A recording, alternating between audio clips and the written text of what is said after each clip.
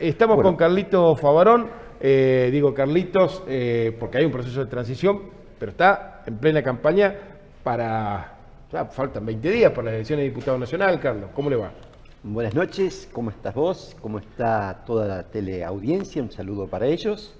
Sí, estamos empezando a trabajar en la campaña nacional después de los resultados electorales del domingo anterior.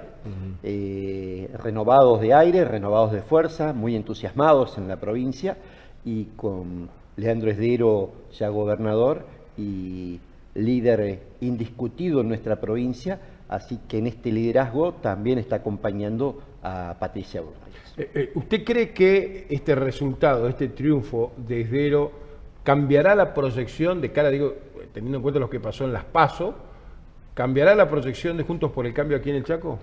Desde ya que sí. Digo, aumentará la cantidad de electorado, ¿no? Desde ya que sí, yo creo que el compromiso de Leandro en la elección nacional seguramente va a influir en forma definitiva, digamos.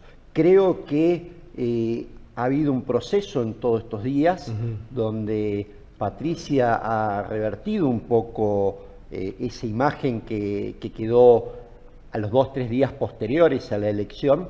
Creo que Patricia ha presentado un buen plan económico a través del señor Melconian. Entonces, bueno, creo que era una de las dudas que estaban dando vueltas en el aire y ha ido sorteando otros temas en forma bastante positiva. Entonces, yo creo que hoy Patricia se va consolidando como uno de los candidatos que va al balotaje. Mientras tanto, hay otros candidatos que están, digamos, tratando de polarizar entre ellos. Los dos candidatos, si se quiere, kirchneristas o neokirchneristas, porque por un lado tenemos el León de Troya y por otro lado tenemos... Está bueno, ¿eh? Está bueno. Por otro lado tenemos el panqueque, digamos, ¿no? Entonces, la gente se empieza a dar cuenta que, bueno, no son casualidades el comportamiento que ha tenido en el Congreso de la Nación, donde de repente no quiso votar la modificación de ley de alquileres porque decía que había que sacarla en forma completa, pero modificando determinados artículos se solucionaba el problema más grave. Sin embargo, este candidato votó con el kirchnerismo.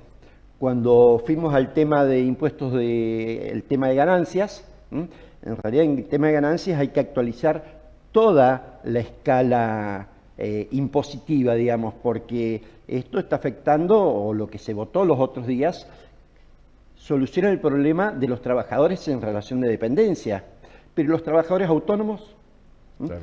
que son el otro 50%, ¿qué pasa? ¿Hay solución solamente para una parte, para la que da el discurso demagógico? Ahí yo no lo vi al León de Troya votando por la defensa de todos los trabajadores en forma igual como votan los liberales. Entonces, yo creo que está mostrando su alianza con el kirchnerismo. Veamos el debate de la semana pasada de vicepresidentes. Se elegían entre los candidatos del panqueque y del León de Troya, entre ellos para polarizar, porque están buscando polarizar entre ellos, pero por un acuerdo electoral. ¿Usted dice que hay un acuerdo tácito? Para mí sí. Para mí sí. No había escuchado la definición de León de Troya, no sé del acuerdo tácito, pero que sí, con ese león vienen un montón de cosas que la gente va a votar y después se va a encontrar con muchas sorpresas. Como el caballo de Troya. La verdad que este es un león, pero tiene una habilidad para entrar, ayudado por medios hegemónicos, ayudado por la tele y ayudado por mucha gente que quiere volver a un sistema que realmente le hizo mucho mal al país. Mire, no es Milei solo. Detrás de Milei hay mucha gente nefasta. están saliendo cosas a la luz. Hoy salía un comentario de este publicista de Agulla, cómo surgió el nombre de él, quién se lo pidió, cómo se vinculó. Y esto está saliendo a la luz. También está saliendo a la luz, por ejemplo, que hay un plagio más en él. Este tema de la motosierra, esto lo está copiando de un senador norteamericano que le hizo las internas a Donald Trump. Entonces, digamos, vemos que no hay tanta originalidad. No, es un producto de marketing. Es un producto del marketing, pero que ni siquiera es original, digamos. Entonces, creo yo de que yo prefiero ir a lo conocido, a lo seguro, a lo que tiene una trayectoria, que pareciera que todo lo que tiene una trayectoria, hoy este señor se digna a decirle casta. Entonces, a dirigentes políticos que tienen una conducta, que a lo largo de los años han mantenido una conducta, este señor los denigra diciéndoles casta. ¿Acaso toda la gente que lo acompaña a él no tienen también esa trayectoria? ¿No serían también esa casta? Si vamos un poco más allá, este señor que ha estado haciendo consultoría muchos años, a la empresa que más consultoría le ha estado haciendo, ¿no pertenece a la casta? Entonces, ¿él no vive también de la casta? ¿Él no es también casta de esa forma? Un hombre que podría llegar a ser presidente, no gestionó un municipio, no gestionó una gobernación, no gestionó una empresa privada. Este señor nos va a chocar la calecita. Y habla con su perro para que le diga a su perro que murió que no hay drama con los perritos, porque a mí se me murió uno que se llamaba Diógenes también, pero no hablo y le pregunto con qué empleado voy a tener acá en la empresa. No lo tenés como asesor. No lo tengo como asesor, no puedo hablar con mi perro. Encima hablar con un perro debe ser difícil. Me hace acordar al pajarito. Sí. ¿Se acuerdan del pajarito que les mandaba los mensajes a Maduro de Chávez? ¿Alguna similitud? Entonces, a ver, yo soy un hombre que provengo de las ideas liberales. Me gustan las ideas liberales, creo fuertemente en la defensa de la propiedad privada, creo que es la esencia de la Constitución Nacional, pero creo que entre liberalismo y anarcocapitalismo hay un gran trecho. Pensar un país sin un Estado que esté al frente, no existe un Estado moderno sin Estado en sí mismo. Entonces, creo yo de que si tenemos que entrar a debatir el tema de educación pública, educación privada, yo creo que ni una es buena ni la otra es tan mala. Creo que las dos educaciones sirven, se complementan. Hay un gran autor argentino que se llama Jaime Echeverry, que escribió un libro que se llama La tragedia educativa. En una oportunidad, charlando con él, yo vengo de mi militancia universitaria en UPAU, así que siempre fui más bien defensor de la idea de la participación privada en la educación. Tengo el gusto de poder preguntarle ¿qué es mejor, educación pública o educación privada?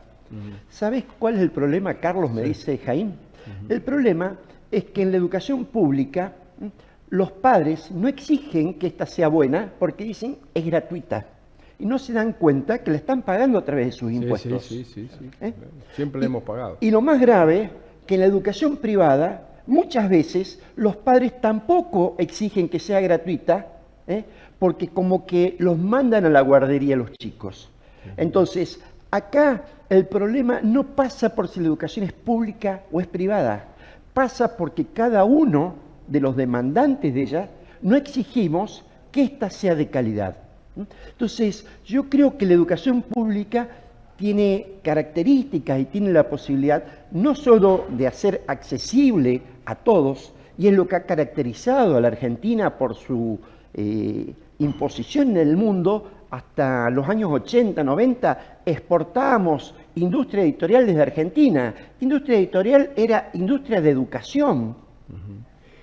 Y lo hemos perdido todo. Entonces, yo creo que el debate va más allá si la educación es pública o la educación es privada. Aparte, los contenidos curriculares son iguales. Son iguales. Son iguales. No es que te van a dar una cosa en la privada y otra cosa en la pública. Algunas cosas pueden distraer, pero en realidad... Mira, yo tuve la oportunidad cuando estudié Ciencias Políticas en la Universidad Católica de Córdoba y empecé estudiando Derecho en la Universidad Nacional de Córdoba. En las dos universidades, los profesores, en las materias que tenían en común, en las dos universidades los titulares de cátedra eran prácticamente los mismos. La ventaja que tenía en la universidad privada es que las aulas eran de 40 o de 60 alumnos a lo máximo y teníamos con el titular. En cambio en la nacional por ahí vos te podías anotar en la cátedra del titular o a veces te tocaba anotarte en las cátedras de los otros docentes. Pero digamos, yo creo que el nivel académico lo tenés en ambas instituciones. Es muy bueno esto que se implementó durante el gobierno pasado de establecer en la educación las pruebas PISA. Sí.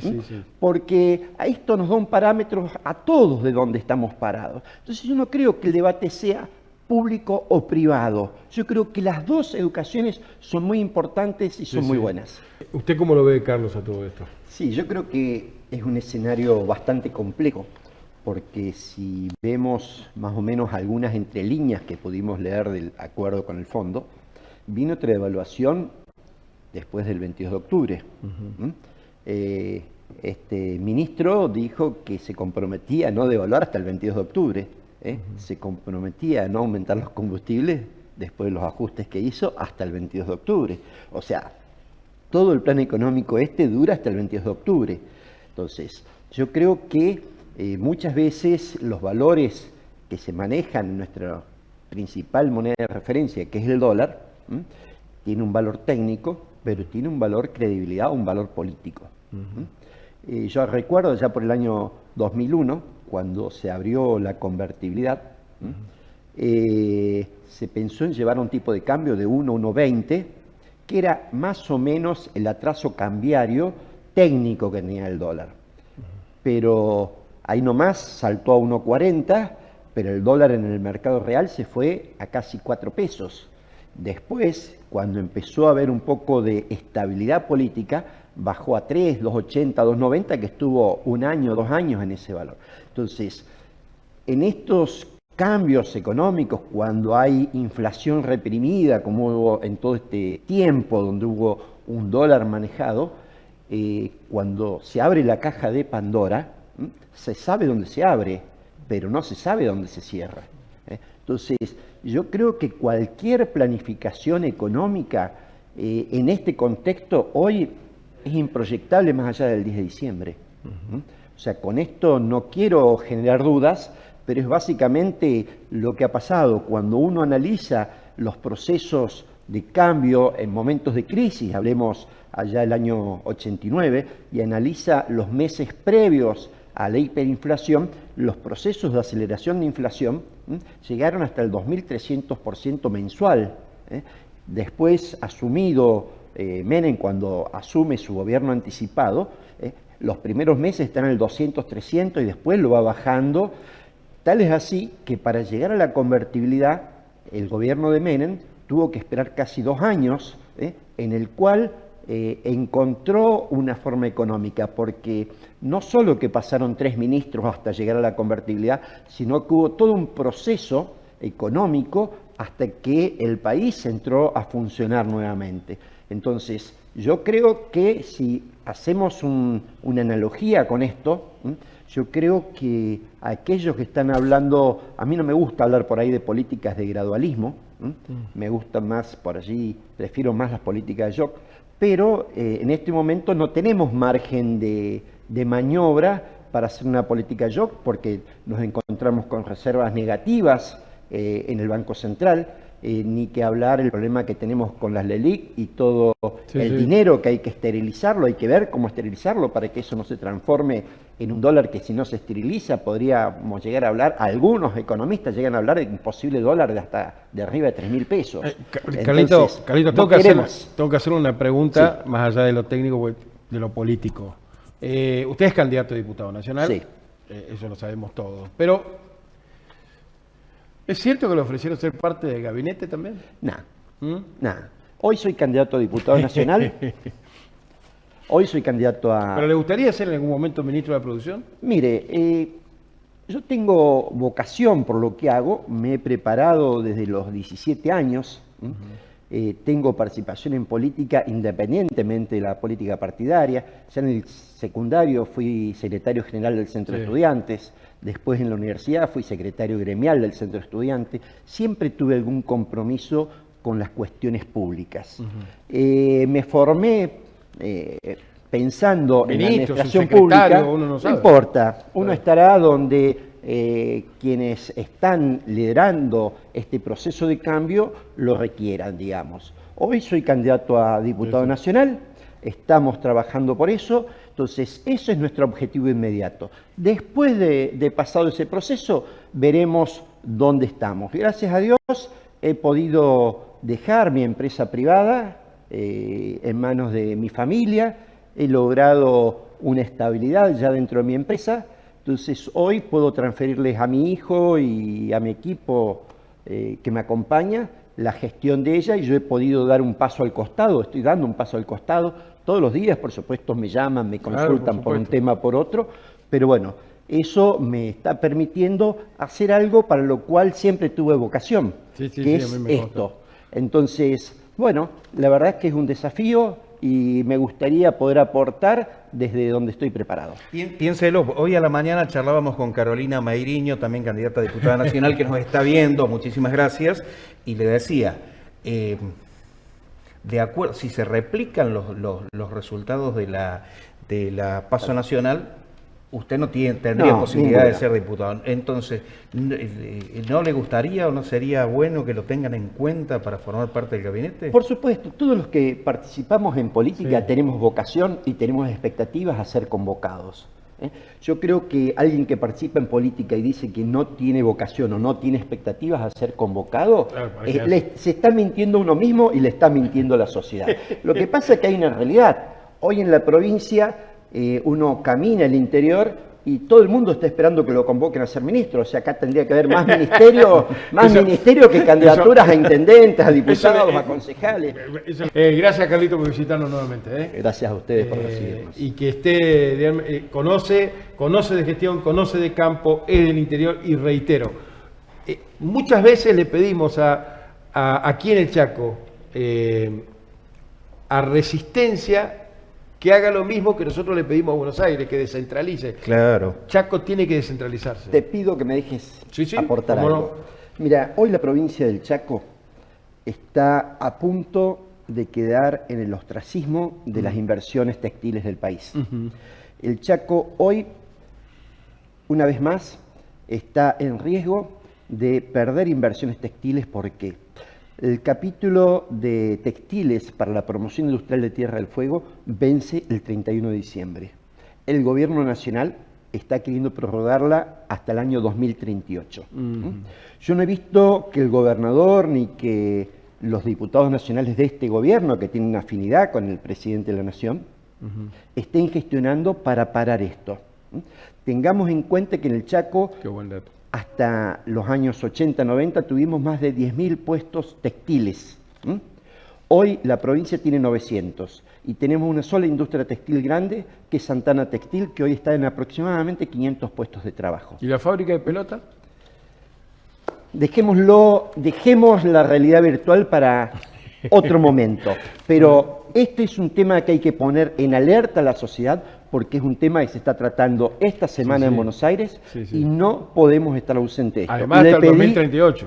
Le pedí a Leandro que se ponga al frente de esto, pero bueno, Leandro aún no es gobernador, está apabullado de demandas estos días. Seguro. Entonces, le vamos a pedir al gobernador Capitanich que en lo que quede de su mandato, que por favor se ponga al frente de este reclamo por el Chaco, porque la semana pasada lo vi, 10 días atrás, no la semana pasada, lo vi inaugurando una futura empresa textil en Charata, con un crédito importantísimo del Banco del Chaco, pero son empresas que no tienen futuro, no son viables, no podemos competir contra empresas que tienen promoción industrial.